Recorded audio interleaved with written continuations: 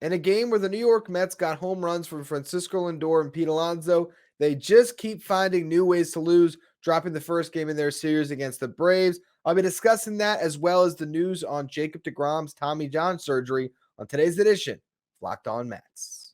You are Locked On Mets, your daily New York Mets podcast. Part of the Locked On Podcast Network, your team every day.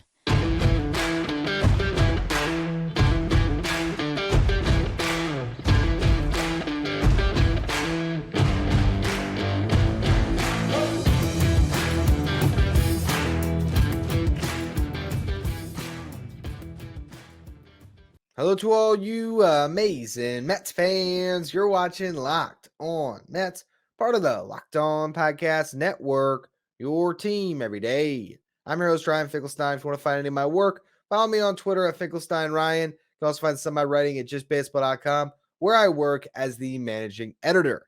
Today's episode is brought to you by Bird Dogs. Go to birddogs.com/LockedOnMLB. When you enter the promo code LockedOnMLB, they'll throw in a free custom Bird Dogs Yeti-style tumbler with every order. Now, the Mets had one in hand against the Atlanta Braves on Tuesday night. They got a 4-run inning. Francisco Lindor, 2-run homer. Pete Alonso, 2-run homer. They took a rookie pitcher in Bryce Elder, who's been pitching probably a little bit better than the expected numbers would suggest this year, a guy who had a sub-2 ERA entering this start, and they hung those 4 runs on him. And Carlos Carrasco looked great through the first 5 innings, only gave up a home run to Ozzie Albies to start. Then, once again, the New York Mets found a way to lose a baseball game. And I feel like this isn't the type of loss we've seen this year. We've seen the Mets are inept offensively games. We've seen the Mets get a horrible start games. We haven't seen too many bone-crushing bullpen blows at games. And it wasn't entirely the bullpen. It was Cookie too. And I can't even blame Buck Showalter because through 5 innings, I mean, Carlos Carrasco looked great, and he's been great his last couple starts. And it seemed like all day, whenever he needed a ground ball, he got one. You know, first inning, gives up a couple of hits, gets a ground ball to escape the jam. All right, he's doing good. You know, gives up the home run to Albies, but that's it in the second. You know, the third inning rolls around. He gives up a single, hit by pitch, but works around it. Fourth inning was 1-2-3. Fifth inning, got a double play ball to end that inning. So you're looking at Cookie, he's pitching to a solid lead, and you think, all right, he's good. Well, walks Matt Olson, gives up a double to Austin Riley, and maybe that's where the hook should have came. You know, maybe you have to know that Carlos Carrasco, third time through the order, might be a guy that a lineup as good as the Braves they can eventually pick up on, and maybe you have someone ready. But again, I feel like that's Monday morning quarterbacking Buck Showalter here, where he's got a pitcher in Carlos Carrasco that I would have felt pretty confident he's going to get through that 6th inning. But all of a sudden, he walks the first bat, gives up a couple of doubles, and then boom, you got a quick hook on him. And it felt like Drew Smith rushes into the game, and he gets a strikeout and a pop out, and he almost gets out of it. Almost. But he gives up a double, and then a base hit, scores another, and one that, you know, Eduardo Escobar couldn't make a play on that. I think Jeff McNeil makes that play. I think Louis Guillorme, who's in AAA, makes that play. But based on the way this roster is constructed, you're trying to get the best out of your guys. So you're going with Escobar at second in the lineup in this one. I don't know, man. I don't know, you know, where to kind of pin that one. Because you look at the starting lineup today, you got Daniel Vogelbach hitting 5th. And that's a podcast I'm sure we're going to do this week that the Mets have to move on from this. I mean, 3 strikeouts from your 5th hole hitter, 0 for 4. And in the 9th inning, he finally puts bat on ball but grounds out. It's just an awful day. You know, Marte's right behind him, batting 6, 0 for 4, 2 strikeouts. But suddenly, the Mets are starting to get good at bats from Tommy Pham and Mark Canha. they've been two of the better hitters in the lineup lately. I get Eduardo Escobar. You want to get him in the game too. Fine, but I don't know. Maybe that was an issue. Putting Jeff McNeil on left when you got two guys who are playing a pretty good, well, not even necessarily the best left field defensively, but regardless, two guys that are starting to swing the bat a little bit better. And you're forcing Escobar in the lineup and it weakens you defensively up the middle. And it's just these little things, man. And if Daniel Vogelbach wasn't on the roster, you could have got Escobar in at DH if you wanted to. But the Mets just can't find the winning combination. And again, it's not that one play. That doesn't make the game. They still give up another run in the 8th inning. The bullpen, you have Drew Smith, who couldn't escape that jam. You have Jeff Brigham come in, give you a good inning, and then Adam Ottavino comes on and he gives up a run and didn't look good in the process. Was probably lucky to only give up a run, but suddenly the bullpen's an issue. And, as much as I could say, hey, the Mets got offense in this game because they got 4 runs, they only had 4 hits. New ways to lose. But I feel like this year, when you get that combination of the 5 innings that you got from Carlos Carrasco before he went on the mound in the 6th and couldn't record now, and you get the 2 home runs, typically those are games the Mets are holding on to. But Cookie didn't have it in the 6th. Drew Smith couldn't bail him out of it, which, again, is a symptom of the bullpen not being where it needs to be. And you let the Braves steal a game back. And that was a pivotal one to get, because if you got the Cookie game and then you're looking, all right, we got Scherzer, Verlander, and hey, maybe Scherzer, Verlander do carry the Mets to a series victory. Maybe they pitch up to the $86 million they're making collectively. But if they do that, you're still probably going to think back and be like, oh, we should have had a sweep. And there's no guarantee that they're going to do that. You still got to face Spencer Strider in this series. And what from this Mets lineup has given you any indication that they're going to handle Strider as well as they handled Bryce Elder? So it's one that you had to have. And there's a lot of places you can point the finger. But, it's as simple as the Mets need to play better. You see Jeff McNeil bobbling a ball in left field. The whole team is playing tight. And I just don't know what you do to spark that. And maybe, like I said, maybe it's a change to the roster. But you got one tonight with Omar Narvaez in the starting lineup, and felt like he commanded Cookie great early. And it felt like, he did get a hit that ended up resulting in a run. So he was on base for the Lindor homer. But Mets lose. So I want to go through the bullpen and kind of the loss of Edwin Diaz and how we're maybe starting to feel that a little bit as you look at what's happened, in this game in particular, but just throughout the season with not having really any other kind of high leverage arms outside of David Robertson. So I'll get to that in a minute. Before we do, though, this show is brought to you by BetterHelp. Getting to know yourself can be a lifelong process, especially because we're always growing and changing. Therapy is all about deepening your self-awareness and understanding, because sometimes we don't know what we want or why we react the way we do until we talk things through. Personally, therapy was a really big part of my life when I was a teenager going into my early 20s, and still something that I call back on now to just have check-ins. Because even though I'm feeling great right now, you still want to get that party that's not inside your family, unbiased sounding board in my experience, that you can just talk about your life with and get a perspective on and really understand what's going on between the ears. So if that's something that you're interested in, BetterHelp is there for you, because they're going to connect you with a licensed therapist who can take you on that journey of self-discovery from wherever you are. If you're thinking of starting therapy, give BetterHelp a try. It's entirely online, designed to be convenient, flexible, and suited to your schedule. Just fill out a brief questionnaire to get matched with a licensed therapist and switch therapists anytime for no additional charge. Discover your potential with BetterHelp by visiting betterhelp.com/LockedOnMLB today to get 10% off your first month. That's BetterHelp, HELP.com/LockedOnMLB. Now, if you look at David Robertson's season, his 1.75 ERA, the fact that he's been pretty nails in most save situations, you'd say the Mets have done just fine without Edwin Diaz this year. And I don't think that Diaz alone is the reason the Mets are sitting under 500 right now. There's a million other places to point. And honestly, I think the high leverage pitching for the Mets has been pretty far down the pecking order of concerns for me. It was always starting pitching number one. It's the lack of production you've been getting from your veterans too. Trying to figure out the right combination in that lineup and not giving the rookies enough playing time, but now seeing some rookie growing pains. And there's been so much other things to look at.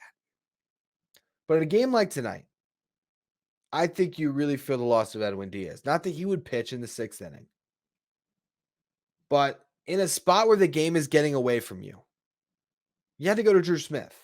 This is not a knock on Drew Smith, but I think that in an ideal world, if everything broke the way Buck Showalter and the Mets front office would have liked to heading into the year, Edwin Diaz would have been your closer. David Robertson would have been the guy that you put in to put out all the fires, whether that's in the 5th inning, 6th inning, 7th, or 8th inning. And you would have had guys like Adam Ottavino and Drew Smith and Jeff Brigham and Brooks Raley who could pitch in high leverage late, but could pitch in clean innings. Because you don't necessarily want to go to Adam Ottavino when there's a bunch of guys on. Well, particularly this year because he's got the ERA over 4, but in the past, the control can be an issue. And we've seen those issues arise again this year. Last year, he had everything on lock. This year hasn't been the same. Jeff Brigham has been good for the Mets this year, but not good enough that you're ready to put him in with a runner on second base in a situation where the game's getting away from you. So your best option is Drew Smith, and Drew Smith nearly got you out of it. But imagine if you could have gone to David Robertson in that spot. And countless other times this year where it would have been great to have David Robertson to pitch instead of any of those names I mentioned. Because Edwin Diaz would have been doing exactly what you're getting from Robertson, if not better. And I don't know if he could have been better with the ERA, but he certainly could be better with the dominance and with the fact that he could strike out, 2 batters per inning. And that's a weapon that you just don't have right now. And Robertson has been incredible as the closer. He should probably be an all-star this season. He's been that good. But what other reliever has been great for the Mets? Brooks Raley's got a sub-3 ERA. Drew Smith and Jeff Brigham have had their moments. Adam Ottavino hasn't been good.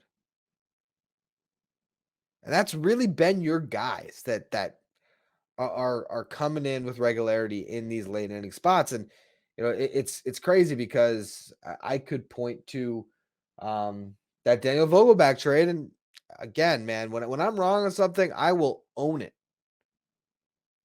I said last year you can't cry over trading a middle reliever in the beginning of his career. When you get a position player that you can roll out there in the lineup, it could be a key factor. And last season, I think the trade for Vogelback worked. But the way it's clogged up the roster this year and the fact that Colin Holderman has been good for the Pirates and would be great in this bullpen right now, yeah, you look back and you say, oh, maybe we should have been crying over that. It's Bill Melk. And again, I own it when I'm wrong. And I was wrong. That was a bad trade. And now you might be in a position where you have to trade for some relief pitching because you don't have that option. And this is where an injury to a guy like Bryce Montes de Oca really kills you because he could have been one of those guys and he's not. And unless they decide to say, all right, Mike Vassell, you're pitching good in the minors. We're going to make you a reliever at some point this season. There's just not the arm that you're looking at that's going to save the day. So then are the Mets going to trade for somebody? I don't know. But this is a team that I think more and more throughout the year, you're going to realize, yeah, that Diaz loss did kind of set the tone for a season where things just have not gone the Mets' way. But there is a bigger story in the baseball world, probably the biggest story right now that, of course, relates back to the Mets because it's a career Met prior to this year. Jacob deGrom, man, he's crying in front of media today talking about Tommy John. If that doesn't pull at your heartstrings, I don't know if you're a true Mets fan. I want to get to that in just a minute. Before we do, though, today's episode is brought to you by Bird Dogs. Okay, Bird Dogs, very, very comfortable shorts that are very versatile. You can wear them in a lot of places. You can wear them on the golf course, wear them out to dinner, wear them at home, lounge around. That's the thing about Bird Dogs. They're comfortable.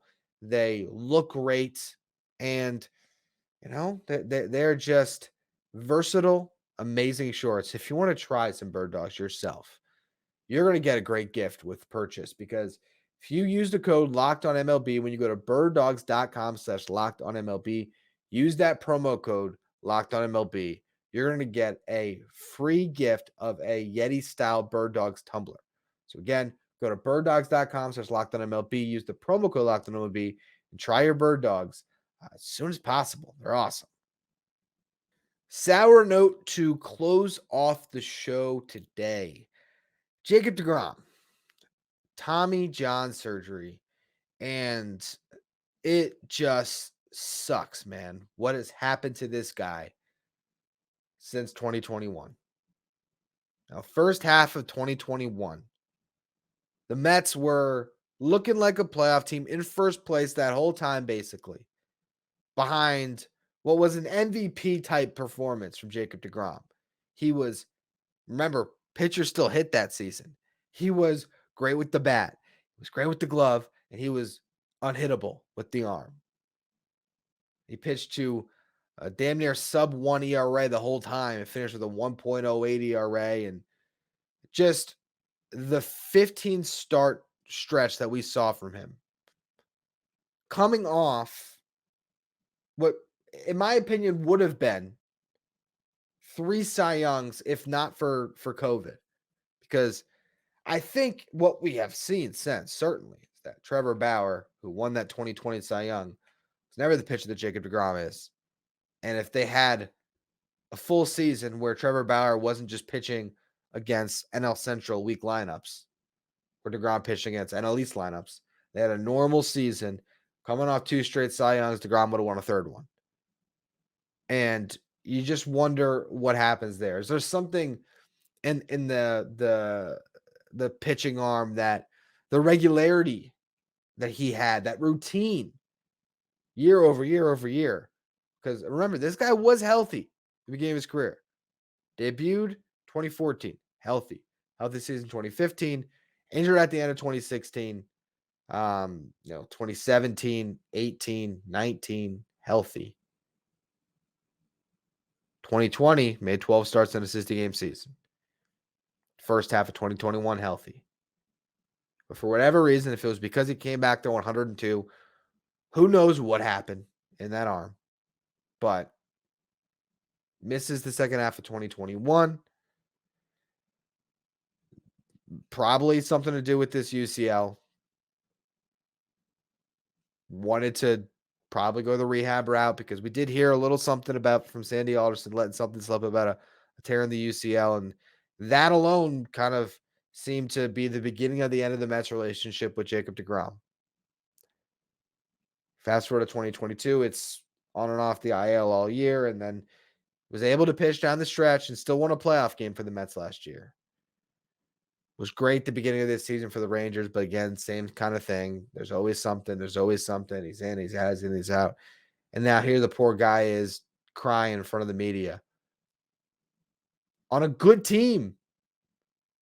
This Rangers team that he's on, that he's watching, that he was hoping they could get back to, a really good team right now. Certainly a lot better than this Mets team.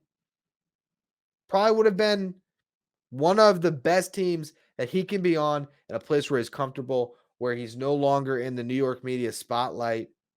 And Jacob deGrom could have enjoyed an awesome season. And man, if you don't think he deserved that, what kind of fan are you, honestly, man? Because say he walked away, whatever. Okay, Jacob deGrom, every 5th day when he was with the Mets from, 2014 through the first half of 2021, that dude dazzled. And that dude put it out there, and he did everything he could win, and his teammates constantly blew it for him.